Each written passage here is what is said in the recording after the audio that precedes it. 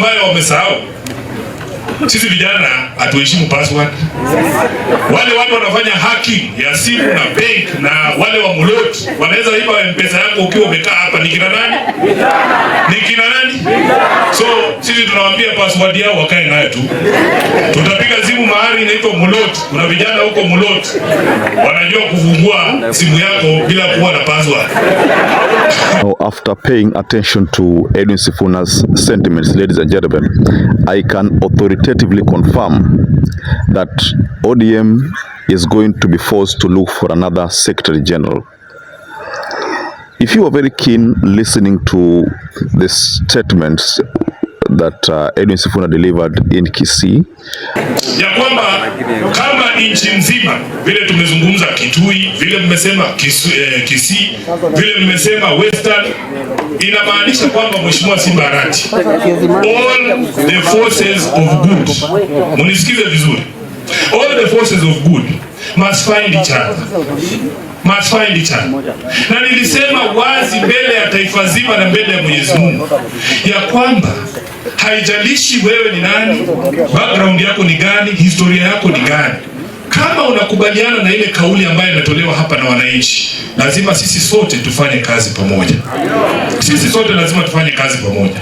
Ikuwe ni Matiang'i, ikuwe ni Kalonzo, ikuwe ni Sifuna, tunataka hizi pipe zote ziingie kwa drum moja, drum giant pen. About him working with Matiang'i, about him working with Kalonzo, then you're most likely convinced that ODM should in fact start looking for another Secretary General, because Edwin Sifuna is going to walk out. Now let's look at this statement and break it down bit by bit. Mimi Sifuna niko tayari kufanya kazi na mtu yoyote ambaye ataniambia lazima tukomboe nchi yetu. Mnanielewa? Hatuwezi kuendelea hivi. Ndugu zangu, hatuwezi kuendelea hivi. Mimi niliwaambia haijalishi kitu ambayo unafanya. Mheshimiwa Sunkuya ametuambia anataka barabara. Mimi nakaa najiuliza, Mheshimiwa Sunkuya, sijui kama uko na watoto wewe, lakini kuna rafiki yangu alipigwa risasi pale Nairobi anaitwa Rex Masai. Na alipigwa risasi kwa mguu na akakufa. Nimekutana na hawa wazazi wa Rex Masai. Ukiuliza mama ya Rex Masai, mama, tukutengenezee barabara ya kwenda kwako ama turudishe kijana yako hai, mnafikiri atasema nini? Atachagua nini? Sunkuya, I would rather be poor and alive. So Sifuna says that he's going to work with Matiang'i. Sifuna again says that he's going to work with Kalonzo.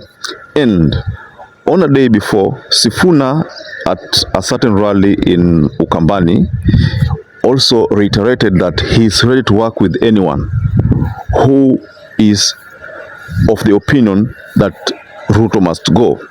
Now let's look at this statement and compare it the statement that RAilA delivered during the state funeral that was organized for Phoebe Asio. So I just want to say, the naysayers, give us space, give us room, give us and judge us in 2027. We sacrifice so that there could be peace in this country. And that's the reason why we are here today. I do not regret what we did. Kurumu ya chura haizui ng'ombe kunywa maji. Ng'ombe itakunywa maji. We will be able to move beyond 2027. I'm confident we will move beyond 2027. Nobody should try to threaten us. We are Kenyans like you are Kenyans. I can tell you that if you read the Constitution in the preamble, the government we wanted is one that respects the sanctity of life, one that respects the dignity of Kenyans, one that respects all of us. All of us. So the government we want to form in 2022 is not the one that will build the market. 2027 is not the one that will build the markets here in Kajiado. It's not the one that will build roads to Kisii. Just one that will protect life as the most important for us. Now, in that event, RAilA Odinga maintained that they are going to support William Ruto until 2027. But again, there's nothing like one term. So when RAilA talks about nothing like one term, RAilA is barely trying to pass a message that is going to support William Ruto post 2027. Now, You see, politicians always have a way of playing around with Kenyans' minds. That's why I maintain that RAilA Amolo Odinga confirmed that he's going to support William Ruto for his re-election bid. So let's just take, for example, when RAilA says there's nothing like one term. Of course, the one-term movement is all about making William Samoei Ruto serve until 2027 and be replaced with someone else who is supposed to win the general election. Now, if SIFUNA maintains that his call is for a one-term, so we have ODM party leader talking about two-term, and the ODM Secretary General maintaining its one-term, and then the ODM's party leader saying that the Secretary General speaks for the party. So I think this is a kind of confusion that is either of RAilA Amolo Odinga's making, or rather maybe he's doing it deliberately to try to create an impression that they are supporting William Ruto, kumbe they're not supporting William Ruto, or it's Edwin Sifuna trying to create the confusion. But again, if you are very careful on the statements from Sifuna during the rally in Kisii, then Sifuna maintained that yeye hatafanya kazi na wale ambao wanataka kumsupport Ruto beyond 2027. That is enough confirmation, because we already told by Sifuna himself that if at all he will be forced to pronounce kwamba Ruto ni two term, then hiyo itakuwa ni afadhali aache kazi.